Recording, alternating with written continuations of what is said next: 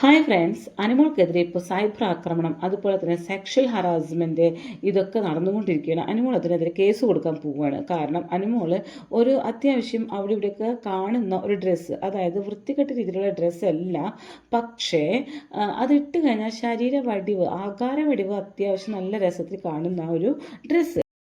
അതിനെക്കുറിച്ച് നമുക്ക് പറയണം. അതുപോലെ റിയാസിൻ്റെ അഭിപ്രായം, അതുപോലെ റിസ്മിൻ്റെ അഭിപ്രായം, ഇത് രണ്ടും നമ്മൾ പറഞ്ഞു വെക്കുന്നുണ്ട്. അനുമോൾ കേസ് കൊടുക്കുന്ന കാര്യം നമ്മൾ പറഞ്ഞു വെക്കാൻ പോവുകയാണ്. ഓക്കെ, അതിന് മുന്നേ ചാനൽ ഒന്നെല്ലാവരും സബ്സ്ക്രൈബ് ചെയ്യണം, ഷെയർ ചെയ്യണം, ലൈക്ക് ചെയ്യണം, ബെൽബട്ടനും കൂടി അമർത്തിക്കോളൂ കേട്ടോ. അപ്പോൾ അനുമോളുടെ ചേച്ചിയുടെ വോയിസ് എന്ന് പറഞ്ഞ് തെറ്റിദ്ധരിപ്പിച്ച ഒരു വോയിസ് ഇങ്ങനെ പാറി നടക്കുന്നുണ്ട്. ആ വോയിസ് അനുമോളുടെ ചേച്ചിയുടെ വോയിസ് അല്ല. ഈ വരുൺ എന്ന് പറഞ്ഞ ഒരു പയ്യനാണ് ഇത് ഇങ്ങനെ പാറിച്ചു വിടുന്നത്.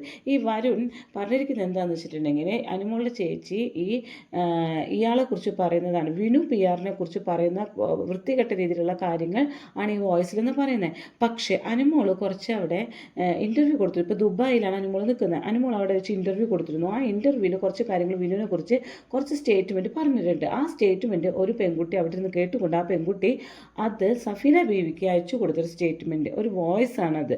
ആ വോയിസ് ഈ പയ്യൻ, വരുൺ എന്ന് പറഞ്ഞ പയ്യൻ, അനുമോളുടെ ചേച്ചിക്ക് എതിരെ അത് പ്രയോഗിച്ചുകൊണ്ടിരിക്കുകയാണ് കേട്ടോ.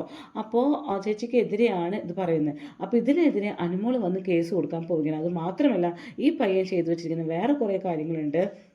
അനുമോള് ഒരു ജിം ഉദ്ഘാടനത്തിന് വേണ്ടി പോയിരുന്നു. അപ്പോൾ അത്യാവശ്യം ഇങ്ങനെ ആകാര വടിവ്, നല്ല ഭംഗിയുണ്ട്, കാരണം ഡോൾഫിൻ്റെ പോലെയുള്ള ആകാര വടിവോട് കൂട്ടുള്ള ഡ്രസ്സാണ് ഇട്ടിരുന്നത്.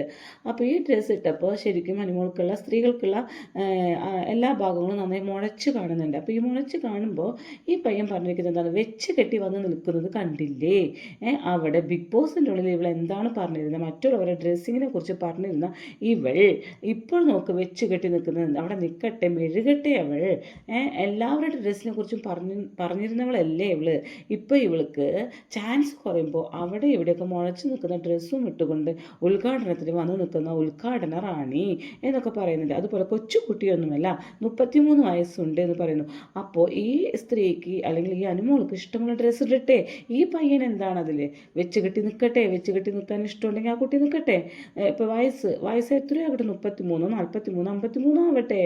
ആ കുട്ടിയുടെ സ്കിന്ന് കണ്ട പ്രായം തോന്നുന്നെങ്കിൽ പിന്നെ എന്താണ്, ആ കുട്ടി ചിലപ്പോൾ 28 15 പറഞ്ഞിരിക്കും. നമുക്കതുകൊണ്ടൊന്നും യാതൊരു പ്രശ്നവുമില്ല. അനുമോളുടെ അടുത്ത് ആ കാര്യമൊക്കെ പറയാം. അപ്പോൾ ഇത് അനുമോളുടെ അടുത്ത് പേഴ്സണൽ ഗ്രഡ്ജ് വെച്ച് പറയുന്നതാണ് എന്ന് തന്നെയാണ് തോന്നുന്നത്. അല്ലാതെ അവിടുത്തെ ഒരു 100 ദിവസത്തെ കളി കണ്ട് അവിടുത്തെ കളിയെ ക്രിറ്റിസൈസ് ചെയ്യൂ എന്നല്ലാതെ പേഴ്സണൽ കാര്യങ്ങൾ വെച്ച് പറയല്ലേ. വയസ്സുണ്ട്, പാവനെ വെച്ച് കളിക്കുന്നു, കുള്ളത്തിയാണെങ്കിൽ വില്ലത്തിയാണെന്ന് പറയുന്നു. ഇതൊക്കെ ഈ പയ്യൻ പറഞ്ഞുണ്ടാക്കുന്ന കാര്യങ്ങളാണ് കേട്ടോ. പിന്നെ അനുമോൾ എല്ലാവരുടെ ഡ്രസ്സിനെ കുറിച്ച് പറഞ്ഞു, അവളുടെ ഡ്രസ്സ് ഭയങ്കര വൾഗറാണെന്ന് പറയുന്നു. അവളുടെ ചാൻസ് കിട്ടാൻ വേണ്ടി അവൾ അതും ഇതൊക്കെ കൊണ്ട് കാണിക്കുന്നു എന്നൊക്കെ പറയുന്നു. ഇതൊക്കെ ശരിക്കും ഒരാൾ നന്നായി വേദനിപ്പിക്കുന്ന കാര്യങ്ങളാണ്. അനുമോൾ അങ്ങനെ വൃത്തികെട്ട ഡ്രസ്സ് ഇടുന്ന ആളൊന്നുമല്ല, നമ്മളത് കണ്ടിട്ടുമില്ല വൃത്തികെട്ട ഡ്രസ്സ്. പിന്നെ ഈ ഡ്രസ്സ് എന്ന് പറഞ്ഞാൽ അതിനോട് യോജിച്ച, അത് ജിം സെൻറ്റർ ഉദ്ഘാടനം ചെയ്യാൻ പോകുമ്പോൾ അതുമായിട്ട് ബന്ധപ്പെട്ട് ആകാര വടിവുമായി ചെന്ന ഒരു ഡ്രസ്സാണ് അത്. അവർ ആ നാടൻമുറിക്കൽ കഴിഞ്ഞ് അവർ ആ ഡ്രസ്സ് മാറ്റി അവർ വേറെ ഡ്രസ്സ് ഇട്ട് പോകും. അപ്പോൾ അതിൽ പിന്നെ വേറൊന്നും നമുക്ക് വൃത്തികെട്ട രീതിയിലൊന്നും കാണുന്നില്ല. അപ്പോൾ അതിനെക്കുറിച്ച് ഇങ്ങനെ ഈ വരുൺ എന്ന പയ്യൻ പറഞ്ഞു നടക്കേണ്ട ഇമാതിരി ബോഡി ഷേമിങ്ങും സെക്ഷൽ ഹറാസ്മെൻറ്റൊന്നും ചെയ്യാൻ പാടില്ല എന്ന് തന്നെയാണ് ഞാൻ പറയുന്നത്. അപ്പോൾ ഇതിനെക്കുറിച്ച് നമ്മുടെ ഒനിയലിൻ്റെ അടുത്ത് ചോദിച്ചപ്പോൾ ഒനിയൽ പറയുന്നുണ്ട്, ഫാമിലി പീസായി ഇരിക്കുന്നവരാണ് നമ്മുടെ ഫാമിലീസ്. നമ്മൾ ഓരോ കോൺട്രവേഴ്സി ഉണ്ടാക്കുമ്പോൾ അത് മുഴുവൻ ഫാമിലിയുടെ തലയിലേക്ക് ഇടരുത്. കാരണം അവരിപ്പോൾ ചേച്ചി, പാവം പിടിച്ച ചേച്ചി ജോലിക്ക് പോയി ജീവിക്കുന്നതാണ്. ഇപ്പോൾ ഈ അനുമോളുടെ കാര്യം പറഞ്ഞാൽ ചേച്ചീനെ എന്തിനാണ് ഇങ്ങനെ ക്രിറ്റിസൈസ് ചെയ്യുക, ക്രൂഷ്യലായിട്ട് എടുത്തിടുന്നത്?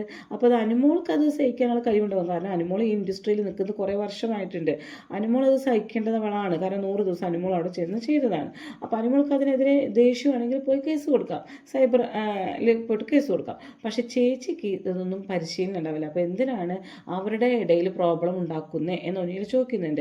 അവർ ഒരു നമ്മുടെ ഫാമിലി ആയിപ്പോയി എന്നും പറഞ്ഞാൽ അവർ ഇത്രയധികം അവരെ ബുദ്ധിമുട്ടിക്കണോ എന്ന് ഒന്നിൽ ചോദിക്കുന്നുണ്ട്. ശരിയാണ് കേട്ടോ, അങ്ങനെയൊന്നും ചെയ്യാൻ പാടില്ല. അതാണ് ഈ പയ്യൻ്റെ പേരിൽ കേസ് കൊടുക്കുക തന്നെ വേണം.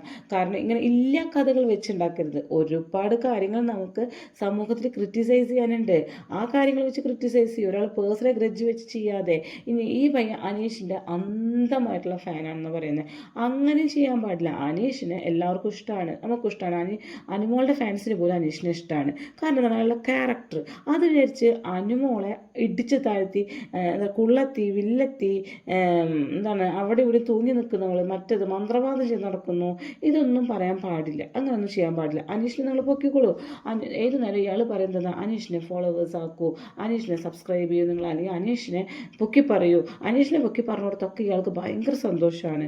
എന്നിട്ട് മറ്റുള്ളവരെ താഴ്ത്തി പറയണത് കുഴപ്പമില്ല, അവർ ചെയ്ത പ്രവൃത്തികൾ വെച്ച് താഴ്ത്തി പറയട്ടെ, പക്ഷേ ഡീഗ്രേഡ് ചെയ്യരുത്, അവരെ വേണ്ടാതിനം പറഞ്ഞ് പരത്തരുത്. അതാണ് എനിക്ക് ഇയാളോട് പറയണത്.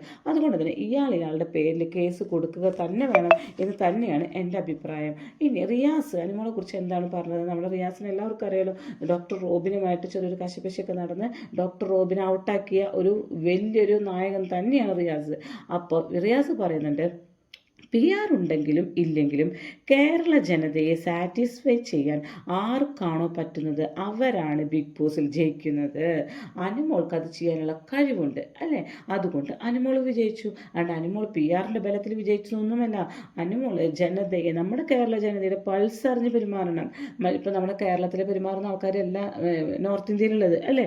അപ്പം അങ്ങനെ ചെയ്താൽ വോട്ട് കൂടുതൽ കിട്ടും. അത് അനുമോൾക്ക് അറിയാവുന്നത് കൊണ്ട് തന്നെയാണ് അനുമോൾ ജയിച്ചതെന്ന് റിയാസ് പറയുന്നത്. കറക്റ്റായിട്ടുള്ള ആൻസർ പറയുന്നുണ്ട്. ഇനി റിയാസ് എപ്പോഴാണ് കല്യാണം കഴിക്കുന്നത് ചോദിക്കുന്നില്ല. അത്യാവശ്യം വയസ്സൊക്കെ ആയിട്ടുണ്ട് റിയാസിന്. അപ്പോൾ പറയുന്നുണ്ട്, നല്ലൊരു ഹ്യൂമൻ ബീങ്ങിനെ കണ്ടുമുട്ടട്ടെ, നൈസായിട്ടൊരു പേഴ്സണെ കണ്ടുമുട്ടട്ടെ, അപ്പോൾ ഞാൻ കമ്മിറ്റഡ് ആവും, അല്ലാതെ ഇപ്പോഴൊന്നും എനിക്ക് അങ്ങനെ ഇൻട്രസ്റ്റേ ഇല്ല എന്ന് പറയുന്നുണ്ട് കേട്ടോ. അപ്പോൾ ആൾക്കാർ ചോദിക്കുന്നത്, റിയാസിനെ പോലെ വൈൽഡ് കാർഡ് എൻട്രി ഇതുവരെ വന്നിട്ടില്ല. ശരിയാണ്, ഇയാളുടെ പോലത്തെ ഒരു ഇത്രയും ക്രൂഷ്യലായിട്ടൊരു വൈൽഡ് കാർഡ് എൻട്രി നമ്മൾ കണ്ടിട്ടില്ല. അത് ശരി തന്നെയുള്ള കാര്യമാണ്. അപ്പോൾ റസ്മിൻ്റെ അടുത്ത് പറയുന്നുണ്ട്, ഈ പട്ടായ ഗേൾസിന് ഇങ്ങനെ പോയാൽ എന്ത് ചെയ്യാൻ പറ്റും? അപ്പോൾ റസ്മി പറയുന്നുണ്ട്, ഞാൻ പട്ടായ ഗേൾസിനെ ഒന്നിപ്പിക്കും, അതിപ്പോഴില്ല, കുറച്ച് ഇവരുടെ നീക്കങ്ങൾ എന്താണെന്ന് അറിയട്ടെ, അതിനുശേഷം നമുക്ക് ഒന്നിപ്പിക്കാമെന്ന് പറയുന്നുണ്ട് കേട്ടോ. പിന്നെ റസ്മി കുറേ കാര്യങ്ങൾ പറയുന്നുണ്ട്, എൻ്റെ ചുറ്റുവട്ടത്തുള്ളവരൊക്കെ പൊട്ടക്കിണറ്റിക്ക് എടുക്കുന്നവരുണ്ട്, ഞാൻ മാത്രമാണ് നല്ല സ്വഭാവമുള്ളവൾ, നല്ല ലെവലിലാണ് നിൽക്കുന്നത് കേട്ടോ. അവരൊക്കെ തട്ടിടാൻ പറയുന്നു, അവർക്ക് എന്നെ അഴിച്ചു വിട്ടേക്കുക എന്ന് പറയുന്നു. ഞാൻ +2 വരെ തട്ടിട്ട ആളാണ് എന്ന് റസ്മി പറയുന്നുണ്ട്. അത് അവരുടെ വ്യൂ പോയിന്റ് അവർ പറയട്ടെ. അതിനെന്നാൽ അവരതിനെ പൊട്ടക്കയറ്റിലെടുത്ത്, അവർക്കും അത്യാവശ്യം ബുദ്ധിയും വിവരമൊക്കെ ഉള്ളവരാണ്. അവരുടെ വിശ്വാസം അനുസരിച്ച് അവരത് പറയും.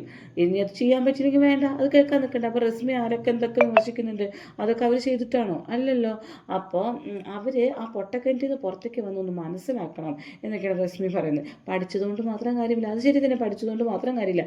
റസ്മിയും കാട്ടിക്കൂട്ടിയത് ഞങ്ങൾ കണ്ടിരുന്നു ബിഗ് ബോസിനുള്ളിൽ. പഠിച്ചതുകൊണ്ട് കാര്യമില്ലെന്ന് അപ്പം മനസ്സിലായിട്ടുണ്ട്. ഒരു ടീച്ചറായിരുന്നു റസ്മി. ഒരു പ്രാക്ടിക്കൽ നോളജ് വേണമെന്ന് റസ്മിയും പറയുന്നു. അത് റസ്മിനാണ് ആദ്യം മനസ്സിലാക്കേണ്ടത്, പ്രാക്ടിക്കൽ നോളജ്. ആരും പറഞ്ഞിട്ടില്ല കേട്ടോ റസ്മിയും കാട്ടിക്കൂട്ടിയതൊന്നും.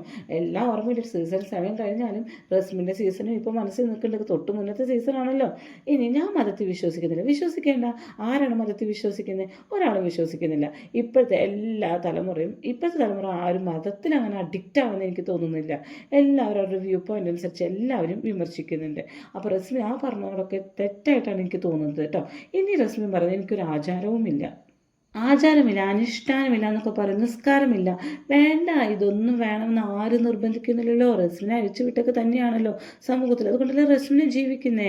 അതൊക്കെ വിളിച്ചെന്നാണ് പറയുന്നത്. ഹ്യൂമാനിറ്റിയാണ് വേണ്ടതെന്ന് പറയുന്നത്. ഹ്യൂമാനിറ്റി റസ്മിനുണ്ടോ ആവോ അറിയില്ല കേട്ടോ. കാണിക്കുന്നുണ്ട് ഹ്യൂമാനിറ്റി ഉണ്ടെന്ന്, പക്ഷേ നമ്മൾ കണ്ടിടത്തോളം റസ്മിനെ അങ്ങനെയൊന്നും ഞാൻ കണ്ടിട്ടില്ല.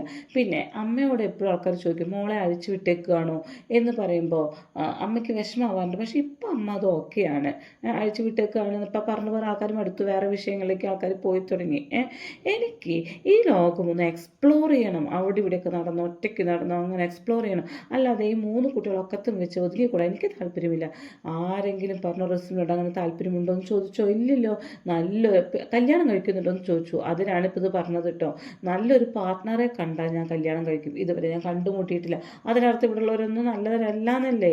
റസ്മിന് വേണ്ടെങ്കിൽ വേണ്ട, ഇവിടെ ജനസംഖ്യയുടെ ഭൂരിഭാഗവും പെൺകുട്ടികളാണ് കേരളത്തിൽ. അതുകൊണ്ട് തന്നെ റസ്മിൻ കെട്ടില്ല എന്ന് വെച്ചാൽ ഒന്നും സംഭവിക്കില്ല. ആണുങ്ങളെ വെറുതെ വിട്ടേക്കൂ. ഈ ക്യാരക്ടറൊക്കെ വെച്ച് കെട്ടാൻ ചെന്ന് കഴിഞ്ഞാൽ അത് 10ാമത്തെ ദിവസം ഡിവോഴ്സ് ആയി പോകും. അതുകൊണ്ട് അത് വേണ്ട, പാർട്ട്ണറെ കാണണ്ട നിങ്ങൾ. അങ്ങനെ തന്നെ നടന്നോളൂ. പിന്നെ 3 കുട്ടികളെ ആയിട്ട് ഒതുങ്ങിക്കൂടാൻ താല്പര്യമില്ലാത്ത ആൾക്കാർ പിന്നെ എന്തിനാണ് കെട്ടുന്നത്? കുട്ടികൾ വിവാഹ ജീവിതത്തിന് അനിവാര്യമായൊരു ഘടകമാണ് കുട്ടികൾ. അത് വേണ്ട എന്ന് പറയുന്ന ആൾക്കാർ പിന്നെ കെട്ടാൻ നിൽക്കണ്ട, അതേക്കുറിച്ച് ഒന്നും പറയാൻ നിൽക്കണ്ട. Okay, thank you. അപ്പോൾ ഇത്രയൊക്കെ ഉള്ളൂ കേട്ടോ.